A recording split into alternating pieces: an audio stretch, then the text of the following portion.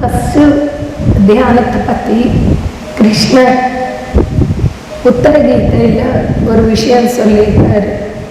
சில பேருக்கு தெரிஞ்சு இருக்கும், சில பேருக்கு புதுசாக இருக்கும், ஆனால் ரொம்ப முக்கியமானது. உத்தரகீதா சில பேருக்கு மட்டும்தான் தெரியும், மோஸ்ட்லி தெரியாது.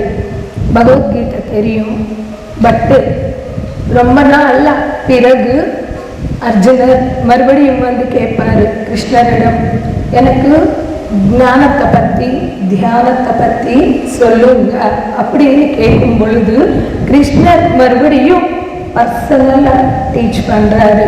அதுதான் உத்தரகீதா. அப்படின்னா பிறகு சொன்ன கீதான்னு அர்த்தம். அது இதில் பார்த்தீங்கன்னா அவர் சொல்றது, கோட்டி பூஜா சமம் ஸ்தோத்திரம், கோட்டி ஸ்தோத்திர சமம் ஜபம், ஜப கோட்டி சமம் தியானம், கோட்டி தியான சமோலயா. அப்படின்னா கோடி மணி நேரம் பூஜை செய்தால் 1 மணி நேரம் ஸ்தோத்திரத்துக்கு சமம். கோடி மணி நேரம் ஸ்தோத்திரம் படித்தால் 1 மணி நேரம் மந்திர ஜபத்துக்கு சமம். கோடி மணி நேரம் மந்திர ஜபம் செய்தால் 1 மணி நேரம் தியானத்துக்கு சமம் அப்படின்னு சொல்லி உத்தரகீதையில கிளியரா சொல்லியிருக்காரு. அப்போ பூஜை என்ன, ஸ்தோத்திரம் என்ன, மந்திர ஜபம் என்ன, தியானம் என்ன, ஃபர்ஸ்ட் அந்த சிலபஸ் சரியா புரிஞ்சுக்கிட்டோம்னா எது சிறந்தது, எதை கடைப்பிடிக்கணும் அப்படின்றது நம்மளுக்கு ஒரு கிளாரிட்டி வரும். இப்போ பூஜைகள் அப்படின்னு சொன்னாக்கா எதோட பண்றோம்? இந்த உடலோட பூஜை செய்யறோம். உடல் காய வச்சுட்டு கையோட நம்ம பூஜை செய்யறோம். தட் இஸ் கர்மேந்திரியங்களால நம்ம பூஜை செய்யறோம். இது ஃபர்ஸ்ட் ஸ்டெப்பு. செகண்ட் ஸ்டெப்பு ஸ்தோத்திரம். அப்படின்னா இந்த கேட்டகிரியில எதை வரும் அப்படின்னு பார்த்தீங்கன்னா விஷ்ணு சஹஸ்ரநாம ஸ்தோத்திரம், லலிதா சஹஸ்ரநாம ஸ்தோத்திரம், ராமரக்ஷா ஸ்தோத்திரம், இப்படி ஸ்தோத்திரங்கள் இருக்கும். தட் இஸ் கடவுளுடைய குணங்களை பாராட்டுறோம். ஸ்துதியன்னா பாராட்டுவது. இது எதோட செய்யறோம்? கர்மேந்திரியங்களோட பண்ண மாட்டோம், உடலோட கிடையாது, புலனோட பண்றோம். சென்ஸ் ஆர்கன்ஸ், ஞானேந்திரியம், வாயு ஞானேந்திரியம். இது ஸ்தோத்திரம் புலன்களோட செய்யறோம். இது செகண்ட் ஸ்டேஜ். தேர்ட் ஸ்டேஜ் மந்திர ஜபம். மந்திர ஜபம் எதோட செய்யறோம்? எத்தனை விதமான மந்திர ஜபம் இருக்கு அப்படின்னா ரூப ஜபம், நாம ஜபம், உபாம்சு ஜபம். ரூப ஜபம் அப்படின்னா யாரோ ஒரு குருவையோ இல்ல ஒரு கடவுளையோ கற்பனை பண்ணி அந்த ரூபத்தின் மீதையே நம்ம போக்கஸ் வச்சு நினைக்கிறது, இது ரூப ஜபம். செகண்ட் நாம ஜபம். அப்படின்னா ஒரு நாமத்தை எடுத்துக்கணும், இல்ல யாரோ ஒருத்தர் தீட்சையா கொடுத்தாக்கோ அதை வச்சு செய்வாங்க. ஓம் நம சிவாய, ஓம் ஸ்ரீம், ஓம் சாய்ராம், ஏதோ ஒன்று திருப்பி திருப்பி நம்ம சொல்லிட்டே இருப்போம். இது நாம ஜபம். மூணாவது உபாம்சு ஜபம். அதாவது ஜபமால வச்சுக்கினி பண்றோம், உள்ளே நினைக்கிறோம். இது 3 விதமா செய்யறோம். இந்த மொத்தம் 3 விதம் கூட மனதோட செய்யப்பட்டுள்ளது. பூஜை கர்மேந்திரியங்களோட, ஸ்தோத்திரம் ஞானேந்திரியத்தோட, மந்திர ஜபம் மனதோட. தியானம் என்ன? எதுவும் செய்யாம இருக்கிறது தான் தியானம். கர்மேந்திரியங்கள் உடலுக்கு வேலை கிடையாது, புலன்களுக்கு வேலை கிடையாது. சுவாசத்தை கவனிக்கிறோம், மனம் குறைஞ்சு 0 ஸ்டேட் வருது, மனதுக்கு வேலை கிடையாது. அப்போ தியானம் என்ன அப்படின்னா எதுவும் செய்யாம இருக்கிறது தான் தியானம். எதுவும் செய்யாம இருக்கும் பொழுது நம்ம எங்கே இருக்கிறோம் அப்படின்னா கடவுள் நிலையில இருக்கிறோம். இங்கே கடவுள் நிலை அப்படின்னா ஆன்ம நிலையில இருக்கிறோம். ஆன்மான்னா யார்? அகமாத்மா குடாகேச சர்வபூதாசே ஸ்திதா அகமாதித்ய மத்திய பூதானாம் அர்த்தமேவச்ச அப்படின்னா கிருஷ்ணர் சொல்றாரு, நான் ஆன்மா அனைத்து ஜீவராசிக்குள் ஆன்ம ரூபத்தில் இருக்கின்றேன். அப்படின்னா அர்த்தம் என்னன்னா ஆன்ம ரூபத்தில் பரபிரம்மா பரமான்மா நமக்குள்ளே இருக்கிறாரு. தியானம்னா ஆன்மாவுடன் இணைந்து இருக்கிறது, ஆன்ம நிலையில் இருக்கிறது, ஆன்மாவாகவே இருக்கிறது. இதுதான் தியானம். ஆன்மான்னா கடவுள், அதனாலதான் கடவுள் உள்ளே இருக்கிறாரு சொல்லியிருக்காங்க. இன்னும் புரிஞ்சுக்கிறதுக்கு உயிர் இருந்தா சிவம், உயிர் இல்லைன்னா செவம். அப்போ அந்த உள்ளே இருக்கிற உயிர் எது அப்படின்னா அதுதான் சிவன், அதுதான் ஆன்மா, அதுதான் கடவுள். தியானம் என்றால் கடவுளோட இணைந்து இருக்கிறது. இப்போ ஃபர்ஸ்ட் பூஜைகள் பார்த்தோம் அப்படின்னாக்கா ஒரு சிலை வச்சு நம்ம பூஜை செய்யறோம். தட் இஸ் பொம்மை, அது கடவுள் கிடையாது, கடவுளுடைய பொம்மை. அப்போ ஏபிசிடி கிண்டர் கார்டன்ல எப்படி சொல்லுவாங்க சின்ன பசங்களுக்கு, ஏபிபிஎல்இ ஆப்பிள், ஆப்பிளுடைய பொம்மை காட்டுவாங்க. ஆனா அது உண்மையான ஆப்பிள் கிடையாது, இருக்கு அப்படின்னு அறிமுகப்படுத்துறாங்க. அத போல அது சின்ன கிளாஸ்.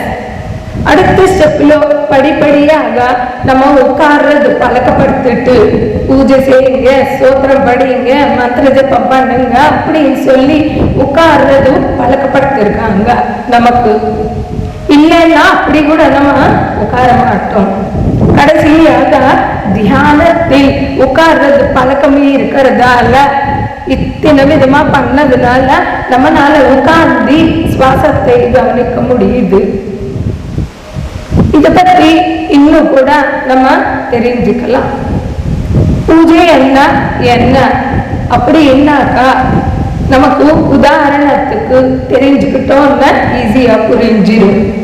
பால் அப்படின்னு வச்சுக்கோங்க, பால் எவ்வளவு நேரம் இருக்கும்? ஒரு ஹாஃப் டே இருக்கும். இது பூஜை. செகண்ட் ஸ்டேஜ் ஸ்தோத்திரம். அந்த பால் காசி நம்ம தயிர் ஊத்துறோம், தயிர் ஆயிடுது, இது ஸ்தோத்திரம். மூணாவது இது எவ்வளவு நேரம் இருக்கும்? தயிர் ஒரு நாள் 2 நாள் இருக்கும், புளிச்சா கூட 2 days இருக்கும்.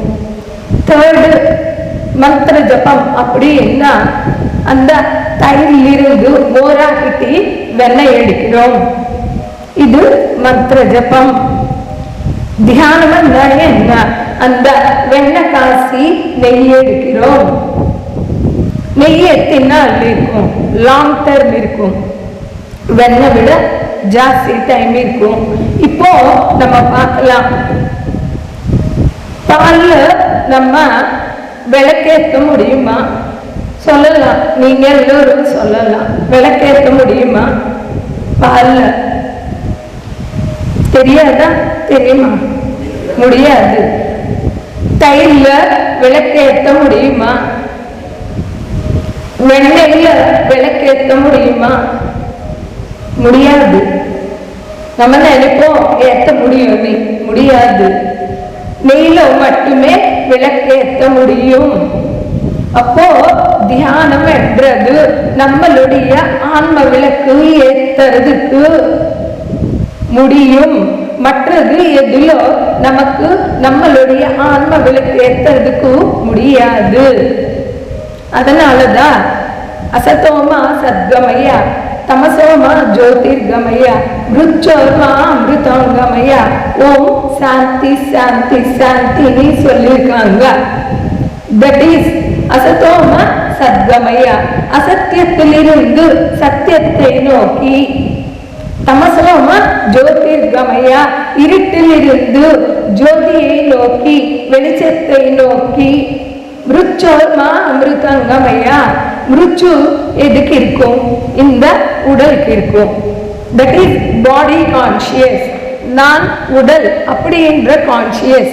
அதிலிருந்து அமிர்தங்கமய, நான் ஆன்மா, எனக்கு இறப்பு கிடையாது அப்படி என்றது புரிஞ்சுக்கிறதுக்கு மிருச்சோர்மா அமிர்தங்கமய, அதுக்கு தியானம் தேவை.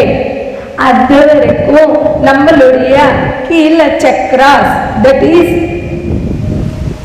சுவாதிஷ்டான, மணிப்பூரகா, மூலாதார, 3 சக்கரங்களுக்கு சாந்தி இருக்காது. தியானம் செய்யறவருக்கும் யாருக்கும் சாந்தி இருக்காது. அதனாலதான் ஓ சாந்தி சாந்தி சாந்தின்னு சொல்லியிருக்காங்க. இவ்வளோ விஷயம் நம்மளுக்கு கிருஷ்ணரு உத்தரகீதையில சொல்லியிருக்காரு. இன்னும் தியானத்தை பத்தி என்ன சொல்லியிருக்காங்க அது கூட நம்ம பார்க்கலாம். அக்னி தேவோ த்விஜாதீனாம் முனீனாம் ஹ்ருதி தெய்வதாம் பிரதிமா ஸ்வல்ப புத்தீனாம் சர்வத்திர சமதர்சினாம். அப்படி என்னாக்கா எல்லாரும், தட் இஸ் வைஷ்யா, பிராமணா, க்ஷத்ரியா, அவங்க நெருப்பு, அதையே கடவுள் அப்படி என்ன நினைப்பாங்களா? முனிவர்கள் இதயத்தில் கடவுள் இருக்கிறாரு அப்படின்னு நம்புறாங்களா? பிரதிமா அல்ப புத்தினாம், தட் இஸ் கொஞ்சம் அறிவி இருக்கிறவங்க. போட்டோஸ்ல கல்லுல நம்ம கடவுள் பார்க்கிறோம், கொஞ்சம் அறிவி இருக்கிறவங்க. யோகிகள் சர்வத்திர சமதர்சினாம், அனைத்துக்குள் அனைவருக்குள் கடவுள் இருக்கிறாரு அப்படின்னு பாப்பாரா. இன்னொரு விஷயம் கூட சொல்லியிருக்காங்க. சில அமிர்தாரு பாத்ரேஷு தெய்வ புத்தி பிரகல்பிதாக அகல்பித ஸ்வயம் ஜோதிராத்மனோ தேவதானா கிம். நம்ம என்ன பண்றோம்? கல்லெடுத்து நம்ம தான் ஒளி வச்சு உருவாக்குறோம், ஒரு சிலையை உருவாக்குறோம். அதே போல மரத்தை கொண்டு வந்து அதுல ஒரு பொம்மை செய்து அது கடவுள் அப்படின்னு சொல்றோம். அதே போல மண்ணோட அந்த கடவுளுடைய உருவம் செய்து அதுதான் கடவுள்னு சொல்றோம். இது 3 யார் உருவாக்கி இருக்காங்க? யார் உருவாக்கிருக்காங்க? இது மனிதன் தான் உருவாக்கிட்டாங்க. ஓகே, மனிதன் உருவாக்கினா பொம்மைக்கே அவ்வளோ வேல்யூ இருக்குது. ஸ்வயம் ஜோதி ஆத்மனோ தேவதா நாட்டியம், உள்ளே இருக்கிற ஸ்வயம் அகல்பிதா, யாரும் உருவாக்கப்படாத, யாரோட உருவாக்கப்படாத ஸ்வயம் ஜோதிராத்மனோ தேவதா நாட்டியம், நமக்குள்ளே இருக்கிற ஸ்வயம் ஜோதி கடவுள் கிடையாதான்னு கேட்குறாங்க. நம்ம உருவாக்கினதுக்கு அவ்வளோ மதிப்பு கொடுக்குறோம். யாரும் உருவாக்கப்படாத ஜோதி ஸ்வரூபம் கடவுள் நாம கிடையாதான்னு கேட்குறாங்க உத்தரகீதையில. அதனால கடவுள் நமக்குள்ளே இருக்கிறாரு அப்படின்றது புரிந்து கொண்டு கடவுளோடையே இணைந்து இருக்கிறதுக்கு ஒவ்வொரு நாளும் தியானம் செய்ய வேண்டும். வெளியே எங்கேயும் தேட வேண்டிய அவசியம் இல்லை. இங்கே இன்னும் கூட நம்ம கொஞ்சம் கிளாரிட்டி கொண்டு வரலாம். நம்ம பிறந்ததிலிருந்து பூஜை செய்து கொண்டே தான் வரோம். என்னைக்காவது கடவுள் வந்திருக்காரா? யாராவதுக்கு வந்தா கை தூக்குங்க. பூஜை செய்து கொண்டே தான் இருக்கிறோம் வீட்டுல எல்லோரும். ஆனா கடவுள் வரமாட்டாரு. தியானம் செய்தால், தவம் செய்தால் வராங்களா? வரமாட்டானா? வருவாங்க சொல்றவங்க கை தூக்குங்க. தவம் செய்தால், தியானம் செய்தால், தபம் செய்தால் வருவாங்களா? எத்தனை மூவிஸ்ல பார்த்துருக்கோம். அவங்க தவம் செய்வாங்க, கடவுள்லயே இறங்கி வராங்க, என்ன வர வேண்டும்னு கேட்பாங்க. பூஜையில யாரும் வரமாட்டாங்க. எதுக்குன்னா பூஜை அவங்களுக்கு சம்பந்தமே கிடையாது. ஸ்தோத்திரம் அவங்களுக்கு சம்பந்தம் கிடையாது. மந்திர ஜபம் அவங்களுக்கு சம்பந்தம் கிடையாது. தியானம் மட்டுமே அவங்களுக்கு சம்பந்தப்பட்டது. நம்ம தியானத்தில் அவங்களுடைய ஃப்ரீக்வன்சி லெவல் டச் பண்றோம். எப்பொழுது அவங்களோட தொடர்பு வருதோ அவங்க நமக்காக இறங்கி வருவாங்க. அந்த தொடர்பு வரணும்னா என்ன பண்ணணும்? தியானம் செய்தால் நம்மளுக்கு 0 ஸ்டேட் வருது. காலியா இருக்கிறோம். காலியா இருக்கிறவங்க தான் காலிங் வரும். நம்ம போன் எங்கேஜா இருந்தா கால் வருமா? வராது. காலி பண்ணாதான் போனுக்கு கால் வரும். இது காலி பண்ணணும். அது காலி பண்றது தான் தியானம். அதனால ஒவ்வொருவரும் டெய்லி 2 தடவை தியானம் செய்ய வேண்டும். உத்தர கீதையில் இன்னும் இத பத்தி சொல்லியிருக்காங்க. தேவோ தேவாலய ஜீவோ தேவோ சனாதன தியஜ்ஜேத ஞான நிர்மால்யம் சோகம் பாவேன பூஜையே. அப்படின்னாக்கா தேகோ தேவாலய, இந்த உடல் கோயில். இந்த உடல்ல தங்கற ஜீவன் தேவன், தட் இஸ் கடவுள் அப்படின்னு சொல்லியிருக்காங்க நம்மளுக்கு. அதனால வெளிய தேட வேண்டிய அவசியம் கிடையாது. இன்னும் என்ன சொல்லியிருக்காங்க அப்படின்னு பார்த்தீங்கன்னா, சோகம் பாவேன பூஜையேத்து. சோஹம் இது சா அகம் அப்படின்னா அதே நான் அப்படின்னு அர்த்தம். அதே அப்படின்னா என்ன? அந்த மூல சைத்தன்யம், அந்த பரமான்மா யாரு இருக்கிறாங்களோ அந்த பரபிரம்மா, அதே நான் அப்படின்னு சொல்றாங்க. சோகம் சா அகம். அங்கிலிருந்து ஒரு துண்டா வந்துள்ளோம், அம்சான்மையா வந்துள்ளோம். உடலுக்குள் வந்த உடனே ஜீவான்மா அப்படின்னு சொல்றோம். ஆனா உள்ள இருக்கிறது கடவுள் தான். உடலால மனதால நமக்கு தெரியாம மாயாவில் விழுந்து இருக்கிறோம். அதனாலதான் நம்ம கோயிலுக்கு போறோம், வெளிய தேடுறோம். இன்னும் சோகம், அதுக்கு மீனிங் தெரிஞ்சுக்கலாம்.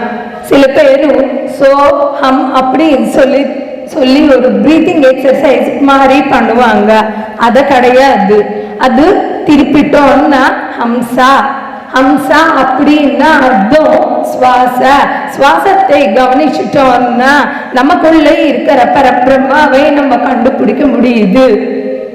இன்னும் கூட சொல்றாங்க, சுவாசம் யார் அப்படின்னா பரமான்மா சுவாச ரூபத்தில் நமக்கு சக்தி கொடுத்து ஞானத்தை கொடுத்து தன்னை தான் தேடிக்கொண்டு தன்னை தான் கண்டுபிடித்து தன்னோட தான் இருந்து தானே பரபிரம்மா அப்படின்ற விஷயத்தை தெரிந்து கொள்றார்கள். அதனால பத்ரிஜி சொன்னது சுவாசே குருவு. நம்ம சுவாசத்தை ரொம்ப சிம்பிளா எடுத்துக்கிறோம். ஆக்சிஜன் வருது அவ்வளவுதான் நினைக்கிறோம். கிடையவே கிடையாது. சுவாசம் பரபிரம்மா, சுவாசம் பரமான்மா. அதனாலதான் நம்ம ஒரு நிமிடம் கூட இருக்க முடியாது சுவாசம் இல்லைன்னா. அந்த பரமான்மா நமக்குள்ளே இருக்குல்லன்னா, பரமாத்ம சக்தி இல்லைன்னா, பரமாத்ம ஸ்வரூபமான சுவாசம் இல்லைன்னா இந்த உடல்ல தங்கவே முடியாது. அதனால சுவாசமே குரு. எப்பொழுதும் நம்ம சுவாசத்தை குருவா ஏற்றுக்கொண்டு சுவாசத்தை கவனிக்கிறோமோ நம்மளுக்கு அனைத்தும் கிடைக்கும். அனைத்தும் அப்படி என்ன என்ன உடல் ஆரோக்கியம், மன அமைதி, புத்தி கூர்மை, ஞானம் அனைத்தும் உள்ள இருக்கிற பரபிரம்மா கடவுள் நம்மளுக்கு கொடுக்கிறாரு. எதுக்குன்னா உள்ள போய் கடவுளோட தங்கி இருக்கிறோம். கடவுளோட தங்கி இருந்தா கடவுள் குணங்கள் வரும், கடவுளுடைய லட்சணங்கள் வரும். இப்போ குடிக்காரனோட சுத்திட்டோம்னு வச்சுக்கோங்க, நம்ம எப்படி தயாராகிடுவோம் சொல்லலாம், பரவாயில்ல. ஒரு 6 மாசம் குடிக்காரனோட சுத்திட்டோம்னு வச்சுக்கோங்க, என்ன ஆயிடுவோம்?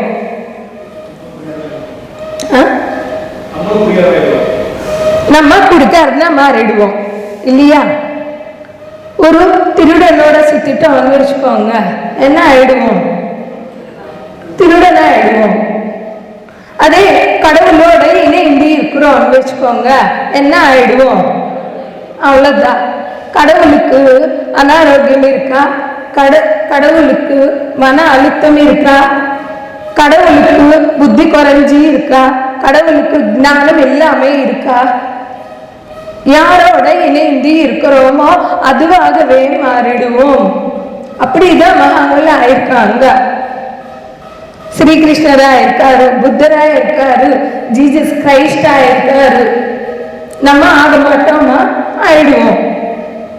கஷ்டம்னு யாருன்னு நினைக்கிறீங்க?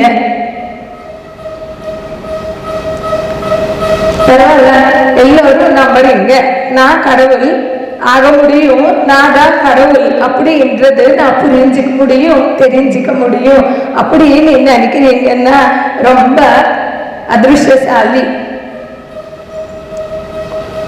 இதுக்கு ஒரு சின்ன கதை தெரிஞ்சுக்கலாம். ஓஷோ சொல்லுவாரு, ஒரு சமயத்துல பூமி மேல கடவுள் நம்ம நடுவுலவே இருக்காரா. நமக்கு தெரியும், ஏதாவது ஒண்ணு பிரச்சனை வந்தா எங்கே போவோம்? கடவுள் கிட்டதான் போயிருப்போம். பிரச்சனை இருக்கு, சால்வேஷன் வேணும், தீர்வு வேணும்னு போயிருப்போம். சரி, அவரு கூட சால்வ் பண்றாரு. சில நாளைக்கு தாங்க முடியல, கடவுளுக்கு கியூ கட்டி வராங்க மக்கள். சீடர்களோட கேட்கிறாரு, நான் எங்கேயாவது கிளம்பணும்ப்பா, இவங்கள இருந்து தப்பிச்சிடணும் அப்படின்னு கேட்கும் பொழுது ஒரு சீடன் சொன்னாரா, சுவாமி நீங்க ஹிமாலயஸ்க்கு போங்க, அங்கே யாரும் வரமாட்டாங்க அப்படின்னாக்கா கடவுள் சொல்றாரு, எதிர்காலம் எனக்கு தெரியும்ப்பா. ஒருத்தர் ஹிமாலயஸ் கடைசி கண்டுபிடிச்சிருப்பாங்க, அங்கே வருவாங்க, அவரையே என்ன பார்த்தாங்கன்னா மறுபடியும் எல்லோரும் கியூ கட்டுவாங்க, அதனால ஹிமாலயஸ் வேஸ்ட்பான்னாரு. சரி, இன்னொரு சீடன் சொல்றாரு, அந்தரிக்ஷத்துக்கு போங்க, ஸ்பேஸ், அங்கே யாரும் வரமாட்டாங்க, உங்களை கண்டுபிடிக்க மாட்டாங்க அப்படின்னா. இல்லப்பா, எனக்கு எதிர்காலம் தெரியும், இவங்க ராக்கெட் கண்டுபிடிச்சிருப்பாங்க, ராக்கெட்டோட மேலே வருவாங்க, அங்கே என்னை பார்ப்பாங்க, மறுபடியும் கியூ கட்டுவாங்க, அதனால அதுவும் சேஃப்டி கிடையாது. இன்னொரு பெரிய, அதாவது முதியோர் சீடன், அவர் சொல்றாரு, சுவாமி நீங்க ஒன்று பண்ணுங்க, மனிதனுடைய இதயத்துல போய் மறைஞ்சு இருங்க, மனிதன் எப்பவுமே வெளியே தேடுவா, தாங்குள்ள தான் தேட மாட்டா, அதனால நீங்க சேஃப்டியா இருக்கலாம் அப்படின்னா உடனே கடவுள் இதயத்துல போய் உட்கார்ந்து இருக்காரு. இப்ப எங்கே தேடுறோம் நம்ம? சொல்லுங்க, எங்கே தேடுறீங்க? வெளியே தேடுறோம், அவரு உள்ள சேஃப்டியா உட்கார்றாரு. ஆனா அப்பாடா நான் ஹாப்பியா இருக்கிறேன், என்கிட்ட எந்த பிரச்சனையும் கொண்டு வர மாட்டாங்க இவங்க, வெளியே தேடிக்கட்டும், டைம் எல்லாம் வேஸ்ட்டு, எனர்ஜி எல்லாம் வேஸ்ட்டு, காசு எல்லாம் வேஸ்ட்டு, சைலண்ட கண்ணு மூடி உட்கார்ந்தா எல்லாம் வருதுக்கு எல்லாத்தையும் வீணாக்கிட்டு எல்லாத்தையும் சுத்தி வர்றோம், எதுவும் கிடைக்காது, வராது. அதான் கடவுளுடைய பிளான். இப்போ எனக்கு புரிஞ்சுக்கிட்டு டெய்லி தியானம் பண்ணா கடவுளுடைய பிளான் நம்ம புரிஞ்சுக்கினி கடவுளோடைய இணைந்து இருக்க முடியும். ஓகே, இது டாஸ்க், பிளான் விட டாஸ்க். மனிதன் தானே ஒத்துக்கொண்டு கொண்டு வந்த டாஸ்க் இது. தியானத்தால மட்டுமே இது புரிந்து கொள்ள முடியும். மற்ற எந்த வழியிலும் புரிஞ்சிக்க முடியாது. இதுக்கு ஆதிசங்கரர் சொல்றாரு, சச்சங்கத்வே நிசங்கத்வம், நிசங்கத்வே நிர்மோகத்வம், நிர்மோகத்வே நிச்சல சித்தம், நிச்சல சித்தே ஜீவன் முக்தி. முக்தி வேணும்னு கேட்கிறோம், எல்லோருக்கும் விருப்பம் தான் முக்தியை அடையணும், சந்தோஷமா இருக்கணும் அப்படின்னு. ஆனா அதுக்கு என்ன செய்யணும் அப்படின்னா, சச்சங்கத்வே சத்தியத்துடன் சாங்கத்தியம் இணைந்து இருக்கணும். அப்படின்னா நம்ம தியானத்தில் நம்முடைய ஆன்மாவுடன் இணைந்து இருக்கிறோம். இதுதான் சச்சங்கம். சச்சங்கத்வே நிசங்கத்வம். நிசங்கம் நான் அட்டாச்மெண்ட். உலகத்தோட இருப்போம், குடும்பத்தோட இருப்போம், அந்த பொருட்களோட இருப்போம், ஆனா எதையும் ஒட்டாமே இருக்கிறோம், அனைத்தும் உபயோகப்படுத்திக்கிறோம், ஆனா எதோட பந்தத்தில் இருக்க மாட்டோம். பொறுப்பில் இருப்போம், அவ்வளவுதான், பந்தத்தில் இருக்க மாட்டோம். நிசங்கத்துவம். எப்பொழுது ஆன்மாவுடன் இணைந்து இருக்கிறோமோ உலகத்தோட நான் அட்டாச்மெண்ட் வரும். நிசங்கம். நிசங்கத்வே நிர்மோகத்வே. எப்பொழுது நான் அட்டாச்மெண்ட் வரதோ, பந்தமற்ற நிலையில இருக்கிறோமோ, மோகம் என்பது கிடையாது. மோகம் என்ன?